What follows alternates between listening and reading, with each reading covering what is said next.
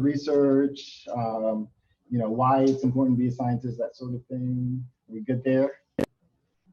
Because this is going to kind of go, I'd say that's kind of more abstract, and now we're going to go into more, I'd say, practical from here, right? And again, my hope here is that we kind of get some real concrete information that anybody can use, right now, in order to get to the next level. Right?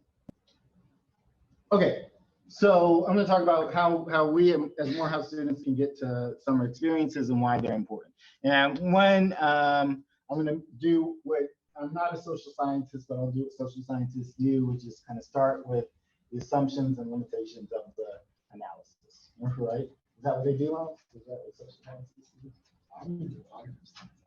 Oh, really? Okay. Jeremiah? Is that what social scientists do? I'm just joking. Okay. So one of the things this whole talk is geared towards people who are planning on being engaged in science careers post-graduation. Now, that includes, you know, working directly. It includes obviously research, medicine, clinical health professions, and education, right? But one of the conceits here is that many of the sciences, there are other steps in the education process to getting to where you're going to go. As an engineer, right? You might go directly into the workforce, but eventually you're thinking about that professional engineering certification, right? That occurs, right? Obviously, as a physician or in the health professions, you're either going to go MD, you know, nurse practitioner, whatever, right? In research, you're going to do graduate school, probably at the PhD level. Right? Even in education, at the primary level, you're getting teaching certification. So all of these are with the idea that these are things that you're going to do in order to help you get to that next level, whatever it may be. It won't be as useful if, as I've had your biology major who actually, the guy works for Lyft now, right? It's like a project manager. Even then, some of that stuff will be useful, maybe not all. And then the other thing in terms of kind of thinking about your own strategy and trajectory is that you have to have some idea of what you want to do. Very general, right? But you know, you want to go into medicine or you want to go into engineering, you want to work straight out. That's important because it's going to dictate the choices that you make for your individual summers. Okay, so those are my conceits here in those two things. Is that cool? Did I miss anything? All right. So I have some ideas here, but I wanted to get a sense from you guys as to what you think we should be doing. And let me see. I'm afraid I'm gonna mess all this up, but let's just kind of go with it. What do y'all think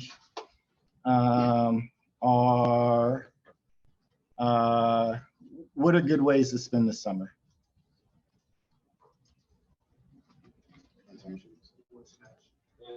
Internship.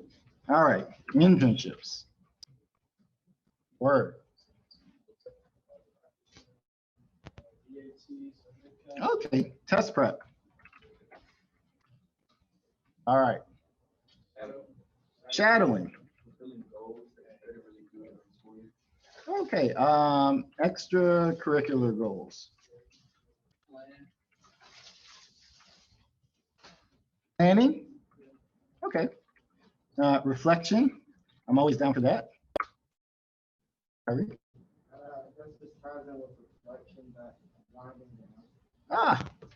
Rest and recuperation.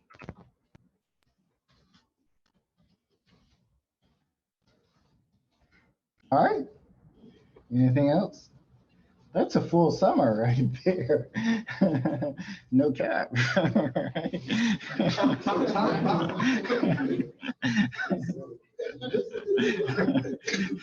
All right. So that's good. I will say I made a list of, I think, and this is kind of strategically, you know, about how we should spend the summer. And this is, again, looking at graduation. And this is my ranking, right? Some of these are extracurricular, obviously rest, recuperation, reflection, things like that, that could fit in there. But my ranking is this. One of the best things you can do is a research program. And it doesn't matter what it is that you want to do postgraduate. That's one of the best things you do. And I'm going to try and justify that and convince you of that later. We'll see. I mean, maybe you buy it, maybe you don't, right? Next, an internship or co-op, right? In industry. Shadowing, science, kind of acting as like a camp counselor or something like that. Non-science based job. And I'd say one of the worst things that you can do for the summer is summer school, right? And I'm gonna try and justify that a little bit later as well, right? And you know, the conceit for this talk is that we want to focus on getting at least one summer of these experiences. But I want to think about things in terms of spending every summer doing something that furthers your scientific career, right? And the way I've organized this is to talk kind of a little bit about kind of what you should do at each level. Freshman year, sophomore year, junior year, in terms of kind of ways to spend the summer. And then talk about some techniques about how to get there and what you need to do, okay? So I will say this, my number one is doing scientific research at an institution. And again, this is independent of what you want to do. This will serve you in terms of your postgraduate plans or your CV. Oops, wrong one. And this is my conceit, right? Admission to an academic summer program indicates to other people that you are evaluated by a body that looks like them, and you are affirmatively selected for that program. What that means for somebody who is thinking about selecting me for a PhD program is like, hey, he did this program at Johns Hopkins, and they liked him enough to take them out of whatever that pool of applicants was, so maybe we should do the same thing, right? If you were going to Google, it's the same sort of conceit, right? Now this differs from, let's say, shadowing, right? In the shadowing opportunity, you know, you have a pediatrician that you know for 18 years, they let you stay for the summer, right? There's no selection there per se. You're using your personal connections and things like that, right? That is a good use of time. And for somebody who wants to go to medicine, that's an essential use of time. You have to put that in someplace, but you do want to have someplace on your resume this idea that somebody's looked at you and affirmatively selected you for a program, right? So everybody should have that application at least once in their college matriculation. So in terms of applying for summer programs, use the wrong computer here. This is kind of my ideal timeline here, right? And we're going to look at kind of where to find programs and things like that. But this is the reason that I'm giving this talk now, is because there is stuff that we need to do right now that we're really trying to get there for the next kind of cycle, right? And so now, what you want to do is identify programs that you're interested in, even the nature of those programs. I'll post these slides, slides someplace. And the key, I think the big things that you need to do right now that you can't do in December is to, one, line up your recommendations from Morehouse faculty, right? And two, you need to do what it takes, and Smash people know I've been saying this, you know, every week or 2 months now. You need to, this is the last 3 weeks of class, you need to do what it takes to maximize that GPA, right? Because for summer programs, almost the only thing they have to evaluate you by is your academic performance.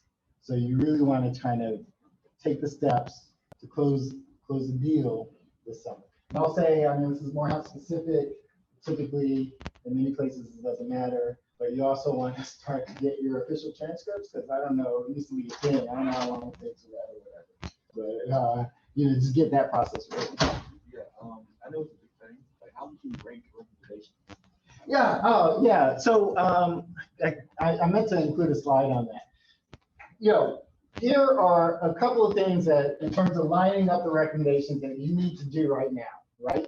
One, if you're in a science internship, you need a recommendation from a science faculty member, period, right? I know you have an English faculty member who really loves you, doesn't count, right? You might have an administrator who knows you very well, no, right? You needed somebody who teaches science to write that recommendation. And so what you need to do now, right? Again, this is in November, right? Is to find somebody who teaches you, who you can sit down with during office hours to say, hey, you know, I'm planning on applying for some programs.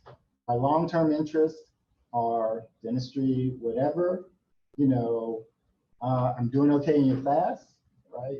Hopefully I can rely on you to write that recommendation. So you want to build that now, right? You want to do it before the applications are due when everybody's just busy and crazy. I'm going to show you that in a little bit, right? And so this is the thing that you do before you leave, actually, is to, one, find somebody, and mind you, I would say personally, make sure that that person is somebody that you have at least a B+ in the class, right? It's very hard as a professor to write a recommendation for somebody who's getting a B-, because the whole recommendation is going to be explaining why that person got a B- instead of really bragging about everything that you do, right? So find somebody that you're doing well with in the sciences, go to their office hours, talk to them, just say a little bit about what you want to do so that they have a sense of who you are as a person, right? And then ask if it's okay, you know, to eventually get a recommendation, right? That is kind of the path you want to take. Yep. What's the minimum GPA that programs are looking for? I'll address that, but you know, they will say that, you know, it depends on the person or whatever. And so for the Zoom people, the question was, forget about you guys, but what is the minimum GPA? And so, you know, I'd say in the sciences, minimum is 3.0, right? And really you want it more than that. And I have some strategies if your GPA isn't what you want that I'm going to talk about later. But really, I mean, you want to think about 3.0, and really you want to be science GPA of 3.2 or something like that. Right? That's what you're thinking. But we'll talk about some strategies for low GPA. Okay, so in November, the key thing, figure out what programs you want, and really just talk to the people who might write those recommendations. You want to ask them now, because as you will see, many of the application deadlines are February 1, which is like 2 weeks after class starts. You come to me in mid-January asking for a recommendation that's due February 1, right? With no kind of forewarning, I'm gonna be like, a C, maybe, if I can squeeze it in, but no promises, bro, you know? Not because I don't like you or whatever, it's just that, like, that's the beginning of the semester. I had stuff going on, right? You know, in Morehouse, they're telling me that I have a new class that I didn't know I was gonna teach, right? No shade in Morehouse, Morehouse is great, but, you know, so you wanna make sure, you know, and what I tell students is that, you know, me committing to writing the recommendation in December, it doesn't mean that you're going to get it. You know, you'll get it 2 hours before the deadline, because that's what professors do. The only thing it really means is that I don't have an excuse to say no when it's due. I know I just got to sit down and make myself do it, you know? So, you know, you really want to line that up before, because if you come to me a week before and I haven't written a recommendation for you, I'm going to put it on the list. I'm going to say maybe if I like you, you know, but no promises, because I got other stuff going on, right? All right, in December, you want to complete your personal statements. You want to reach out to recommenders. You want to kind of touch bases with them over the course of the holiday. You want to make sure you know exactly what it takes to fill out those applications. In January, you complete the applications, submit them, and then you start hounding the recommenders to make sure they submit it. And, you know, for me, I tell students, you know, yes, I'll do it. I'm going to need a reminder, you know, a month before, 2 weeks before, and a week before. And then maybe a day before if I haven't done it by then, right? And, you know, if you disappear, if you ask me in November and then you disappear, then I'm going to assume that you just didn't submit the application. And I'm not going to do it. I will say another thing, I didn't put this in here, for recommenders, I don't even start a recommendation unless I have a personal statement and a CV or a resume, right? Because in my mind, one, I don't want to be waxing poetic about how you're going to be a marine biologist, and then in your personal statement, you're saying that you're going to be physical assistant, physician assistant, you know? So I want to make sure that we're aligned there. Number two, I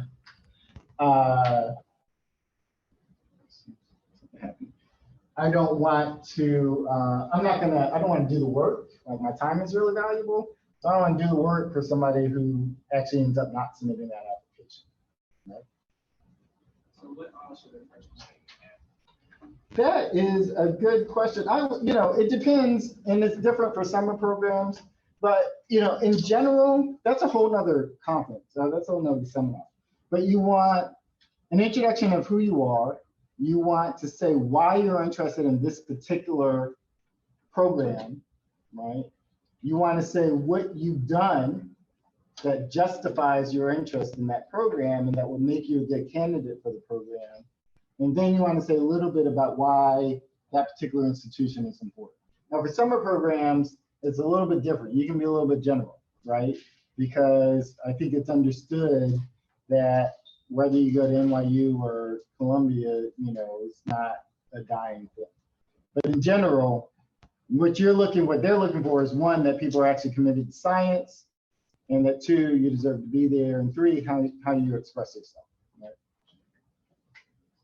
All right, February, you should have submitted all your applications, but there's some work to do in March as you start receiving offers. And I actually want to do another seminar there as we lock down our summer programs, because you want to go in to that summer program with some knowledge so that you can kind of get off running and make a really great impression. Okay, so now I want to look at kind of what you should be thinking for each, kind of year. And so for freshman year, there's a little bit of drama, right? One, a lot of programs want you to have some basic courses in biology. They kind of don't look at you unless you've had biology and chemistry, right? Which at Morehouse, a lot of times we don't have that till sophomore year. They might want some research experience, right? So there are programs that specifically exclude freshmen, and so you have to be kind of more flexible and more creative in your research. Here are two that I recommend. I'll say the FIRE program with the Leadership Alliance. That's one that's built for Morehouse and Spelman students, and then a couple other schools. I actually run that program at Morehouse. I'm the liaison at Morehouse, and it's designed specifically to give freshmen that experience. Another one for freshmen is the Shpp program. And let me see if I can click out here. And we don't have a lot of freshmen here, right? Do we have any freshmen in health professions? Oh, perfect. Okay, good. So this is a program, it's not a research program, but it's one that's designed to give you exposure to the health professions. And I will say this, it's kind of really easy application. It's built for freshmen. I think this is the perfect way that biology majors should spend their freshman summer, right? Low key, pretty liberal, kind of admission standards. And then if you look at the sites, I'll say just for strategy here, basically, oh, you can't see any of this.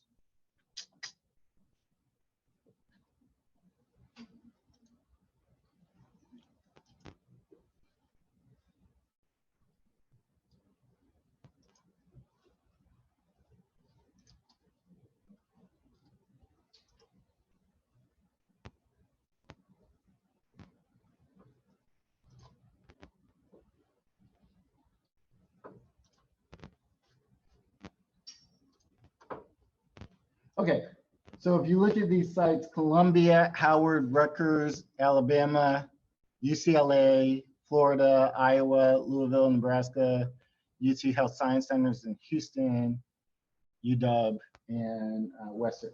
What I would say here, just kind of as a little bit of strategy, you know, the popular ones are going to be Columbia, Howard, maybe UT Houston, you know, so put those in there, but sprinkle in, you know, I don't know where Western University is, but sprinkle that in, right? Sprinkle in Iowa so that at least you know you have a win, right? You know, so just kind of put that in your ranking a little bit. You know, Nebraska, nobody in Atlanta thinks about going to Nebraska, but hey, it's a cool place. I don't know, I've never been, but you know, it could be the place that you end up, and it's a great summer, right? So kind of consider that. Let me go back to, what do you see? I knew this was going to mess things up, but.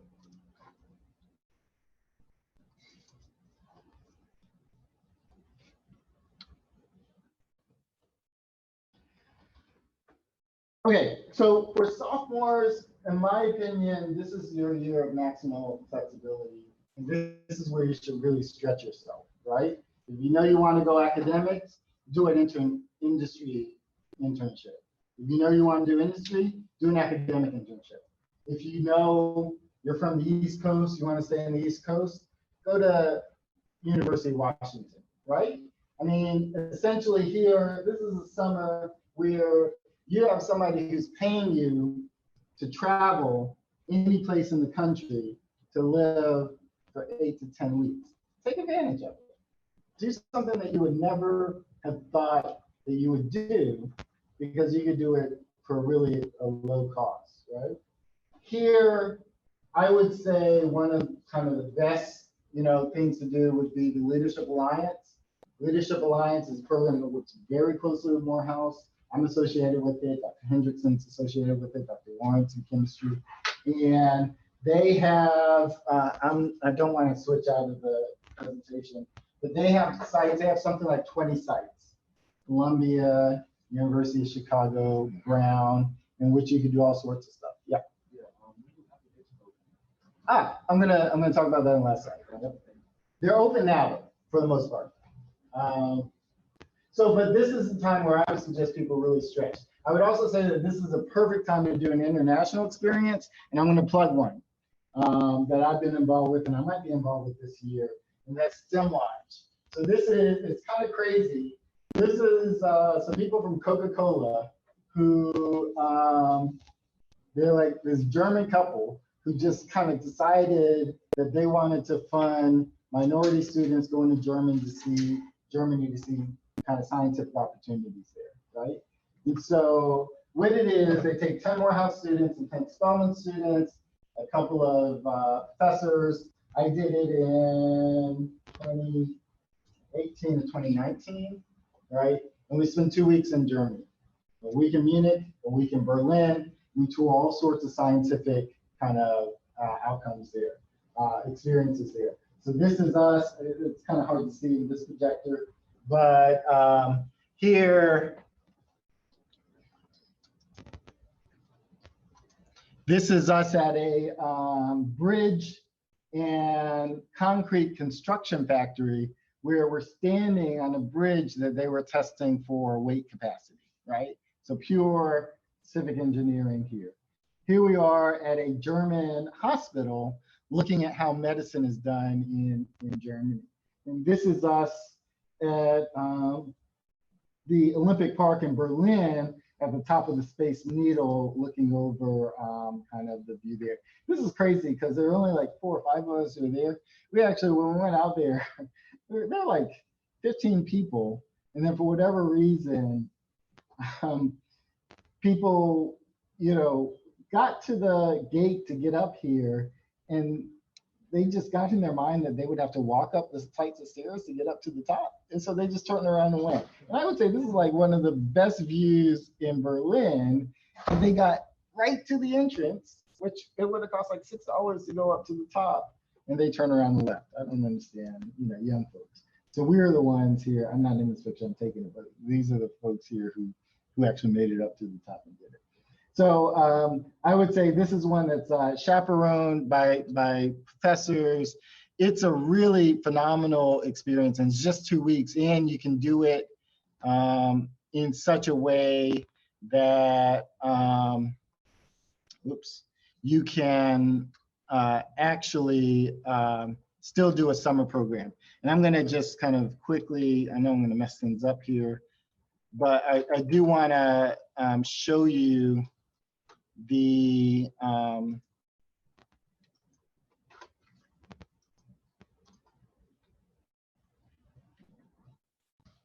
application. It's supposed to be due November 15th here. So this is through Morehouse. Oh, you can't see that. Can you all see this online? Yeah, you can.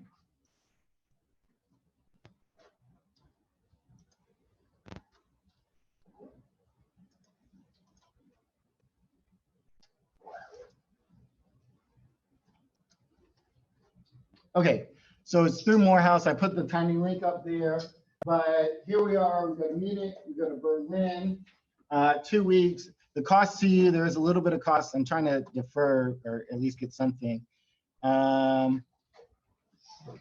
But the cost to you is something like $800, right?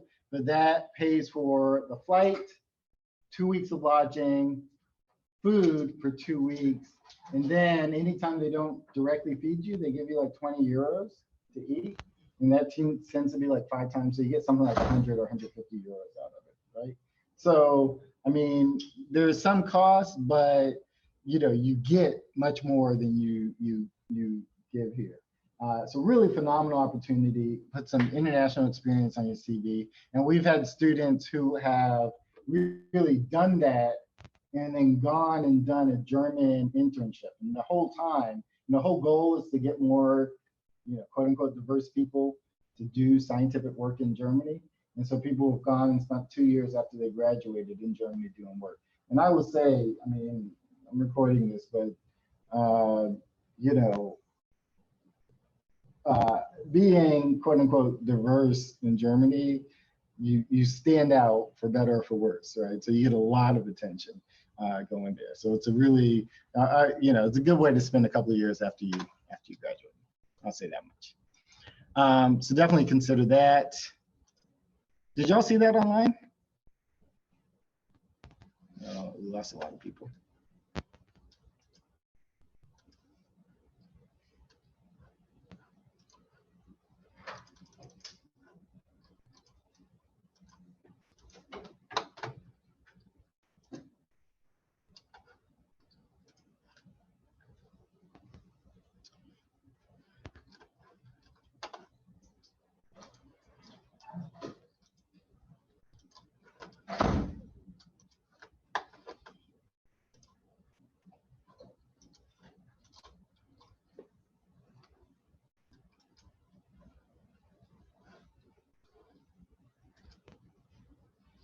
Okay, so there's that. Junior year, I think this is your year of maximum leverage. This is where you have more power than you'll ever have. And so there are a couple of ways that you can go with that, right? You can, you know, one, go to the institution that you're most interested in. I'd say there, a lot of times when you go there, you will get accepted without even submitting an application. I mean, nowadays, they actually give you interviews at the end of the summer, right? And so you could lock in that admission before you even leave that place, right? So that's one strategy. Another strategy is to return to your previous lab. Let's say lab you did research in the summer before. You know, a lot of places like that kind of depth of experience, a continuation of the work, the deeper scientific engagement. So that's something you can talk about in the CV. The other is simply to go to the best institution you can find, right? Because a recommendation from Stanford or MIT, right, is gonna be gold wherever you decide to apply for, you know, jobs or internships. And I will say the only thing you don't want to do, who was it? I don't know who that, but the only thing you don't want to do is to try and prep for admission exams during that time. You're going to be busy. You're gonna be in a new city, you're gonna be meeting new people, and either you're not gonna focus on the research, which is deadly, or you're not gonna focus on your tests, which is deadly. So take care of it before or do it after. Like, don't try and do it during. I gotta leave. Yep. Other meeting this end. Okay, yeah, I'm running long. Yep.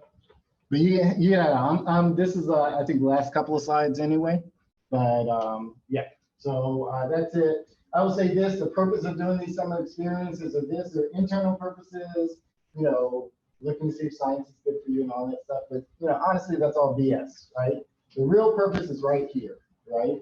The purpose of a summer internship is to get a good letter of recommendation, period, right? What that means is that you might decide in 2 weeks that you hate science, God forbid, right? It doesn't matter because you still want to get a good letter of recommendation. That means you still have to work, right? And what counts, and this is a whole nother seminar, but what you do to get that letter of recommendation, you work hard, you understand the science, right? And you do good, right? If you get that, you're gonna get a great letter of recommendation. And what any program that you're applying for is gonna look for is a letter from a place that looks like them or is better than them that says that this person can succeed in this environment. And I will say, and I'm a little bit offended about this, I've literally seen this happen. A letter from Morehouse College of a Morehouse student, or even a letter CAU from Morehouse student doesn't carry the same weight as a letter from Duke, saying that a Morehouse student has succeeded there, right? Because the bias is, yeah, they might be, good in a place like Morehouse. Morehouse isn't the world. Morehouse isn't real. There aren't that many Black folks doing stuff, right? And so what are they going to be like here?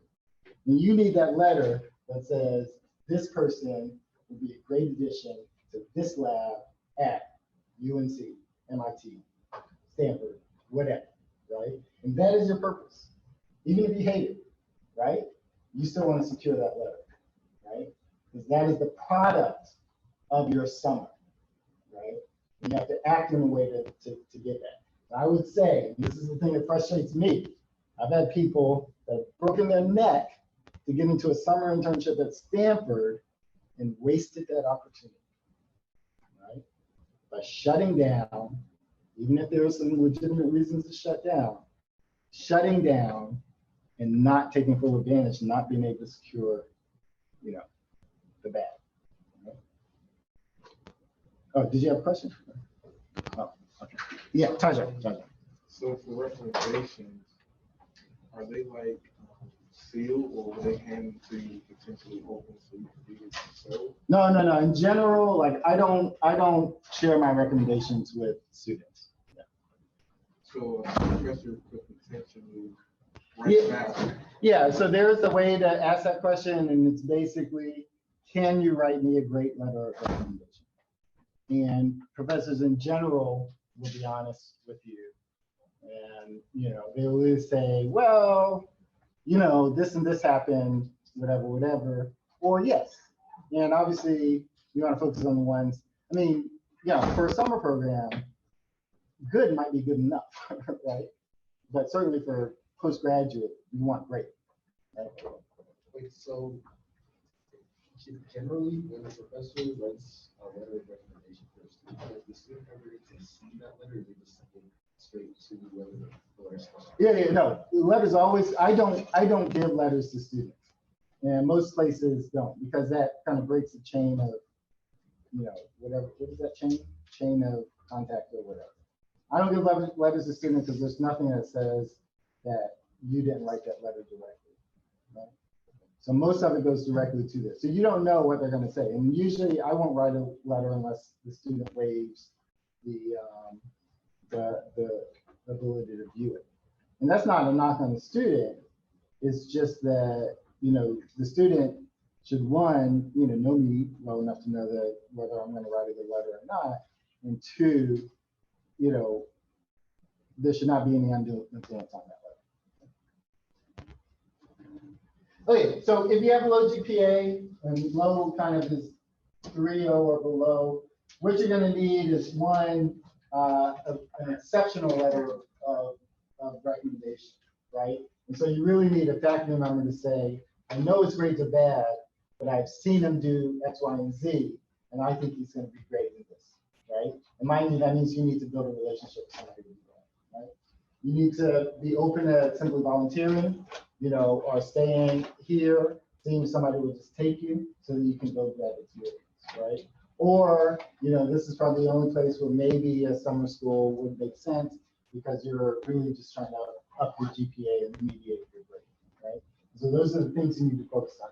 For me, somebody comes to me talking about summer experience with less than a 3.0, I'm saying to them, let's fix the grade first, focus on the academics, and then we can talk about that long-term kind of differentiation.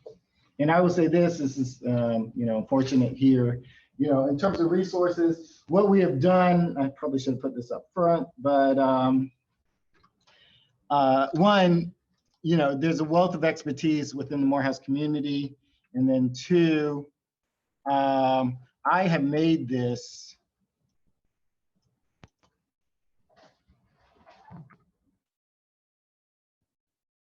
and I'll put this in the chat. This is simple. Oh, shoot, you can't see it.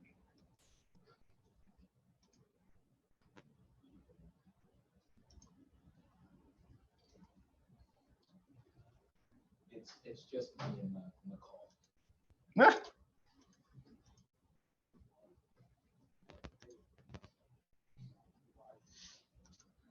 Okay, so this is a link to a group, a series of, you can't really see this, but these are Morehouse friendly summer programs for 2022, right? And let me see if I can make this a little bit bigger.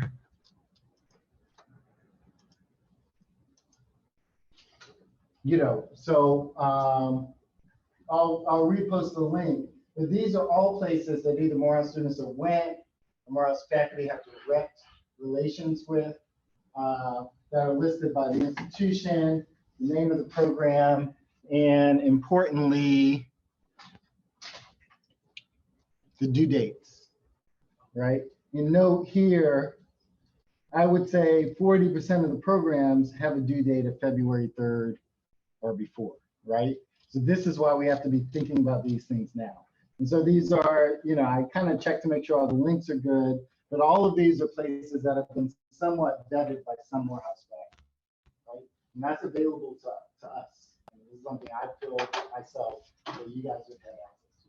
So if there's something that you're interested in, just click on it and start following the application, or come holler at me or Dr. Handy or something like that.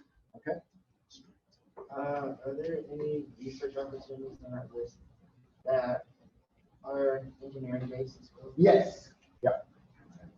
And I pointed those out. I think most of the things I pointed out are the social science ones because those are a little bit harder to find, but there are. Now for engineering, you are gonna maybe focus more on industry and this sorts of topics, right? So those are different things. Okay, so that's it. I know you guys have been troopers for holding out for the whole time here. I see that you know, I lost the Zoom folks. So thank you, my Smash Brothers here. But